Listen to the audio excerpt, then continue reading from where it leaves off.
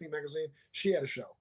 It wasn't for 2 years after that before you saw Jerry Springer or Ricky Lake and those kinds of shows Right. come on.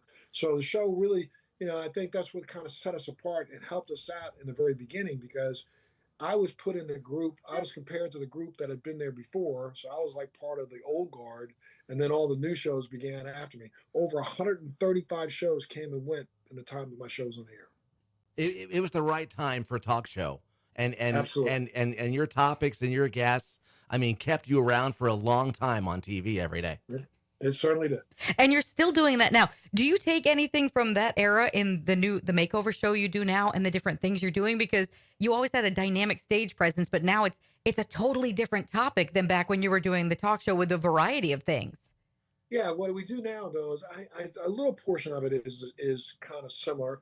I sit down and do the interview with the family that we are featuring on our military makeover show, and and I try to get the heart and soul out of them so that people can understand what they lived through and how they went through it.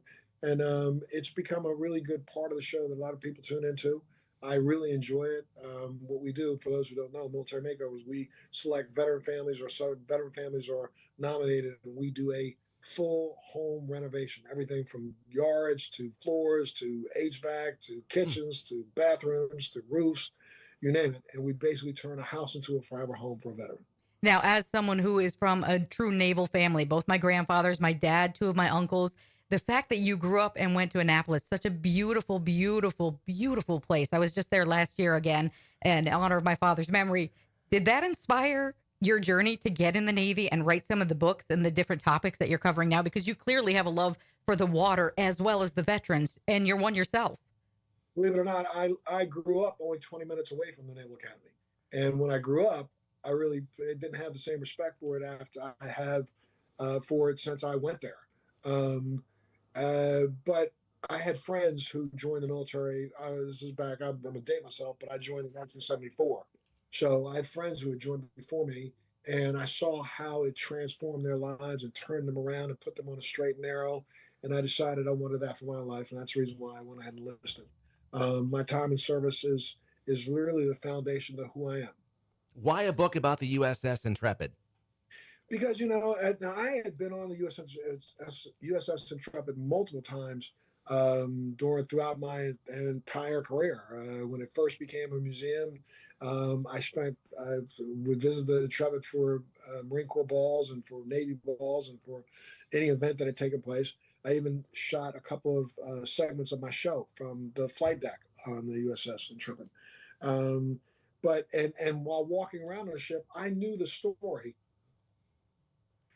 And I even knew the story of the sail, but not in the detail that I know it today. What happened was David Fisher, who's the collaborator, he and I collaborated on this book, was getting ready to do this and reached out to me and said, I'd love for you to be involved because your naval expertise can help me kind of navigate some of the areas that I don't know a lot about. And I said, let me do it. I'd love to help you. And when we started digging in, you find out how tremendous, we use the term iconic on the cover, but that's an understatement. This ship was like the unsinkable Molly Brown. It was one of the most successful ships that we've ever had in our U.S. Navy. And, it survived not only the portion of the story that we tell, but, we tell the story at the very beginning of World War II. But this story goes on because after this thing happened, which was the fact that, for those who don't know, after having been involved in two very successful campaigns, one against the Marshall Islands and another one against Truk Island, while departing Truk, the ship was hit by a Japanese warplane that was carrying a torpedo, hit it in its rudder, jamming the rudder about 15 degrees of port, making it careen out of control, almost like a pinball in a pinball machine, just could have bounced anywhere off of any of the ships that were in its armada. It almost hit the USS Essex, which would have been one of the most devastating collisions of all time had it happened, but it didn't happen because of the ingenuity, the resourcefulness, the thought process of its captain Sprague, who literally was trying to utilize the engines to steer it, but he couldn't quite capture that. And one of the guys in their damage control crew came up with the idea of what if we hang a sail off the front of this thing? So you take one of the most advanced warships ever built, which was the Intrepid at its time, and it relied upon one of the most ancient technologies of seafaring, which is a sail.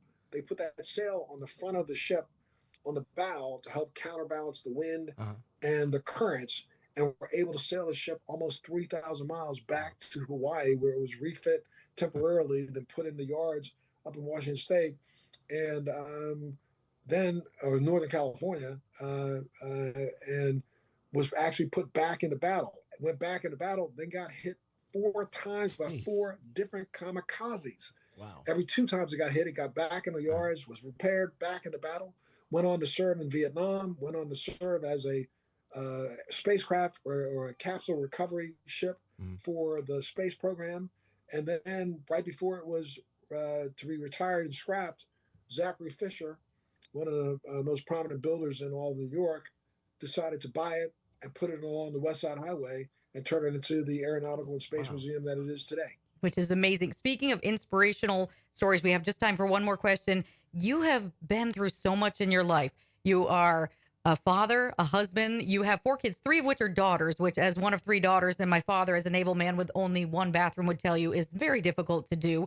You have multiple sclerosis. You've survived a stroke. You've survived the Toxo era. You've been in the military. What's next, and what would you tell people, not just now, but as we go into Memorial Day weekend? What motivates you to just keep going and doing and improving, not just vets' lives, but the lives of your family, your friends, and, you know, that little pinnacle of thing, you're always reaching for more. I know you're not sit still guy. How can you motivate other people with your logic? You know, I think one of the things that everybody has to understand is that you alone own the definition of who you are. I alone own the definition of who I am.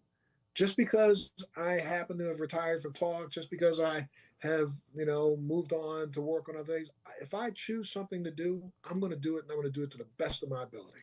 Awesome. The book is called The Sailing of the Intrepid. It's been great talking to you, Montel. Thank you so much for having me today. Be blessed. Take care. Thanks.